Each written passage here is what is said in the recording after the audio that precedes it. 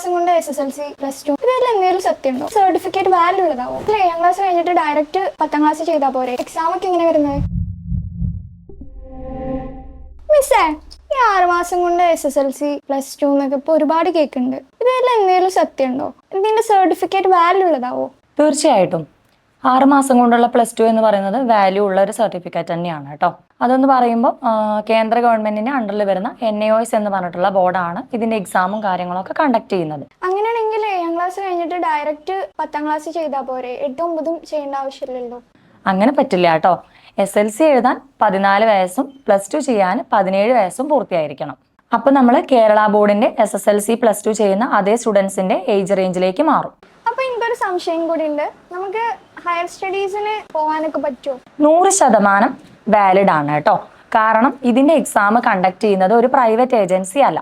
NIOS എന്ന് പറയുന്നത് കേന്ദ്ര ഗവൺമെന്റിന്റെ സ്വന്തം ബോർഡാണ്. അതുകൊണ്ട് യാതൊരു വിധത്തിലുള്ള പേടിയും വേണ്ട. മിസ്, അങ്ങനെയാണെങ്കിൽ ഇതിന്റെ എക്സാം ഒക്കെ എങ്ങനെ വരുന്നത്? വർഷത്തിൽ 2 തവണയാണ് ഇതിന്റെ എക്സാം നടക്കാറ്. ഏപ്രിൽ മാസത്തിലും ഒക്ടോബർ മാസത്തിലുമാണ്. കൂടാതെ ഓൺ ഡിമാൻഡ് എക്സാമുകൾ നടക്കാറുണ്ട്. സാധാരണ കേരളത്തിൽ 6 സബ്ജക്റ്റ് പഠിച്ചാലാണ് +2 പാസ്സാവാൻ പറ്റുക. എന്നാൽ NIOSൽ 5 സബ്ജക്റ്റ് പഠിച്ചു കഴിഞ്ഞാൽ ഈസി ആയിട്ട് +2 പാസ്സാവാൻ പറ്റും.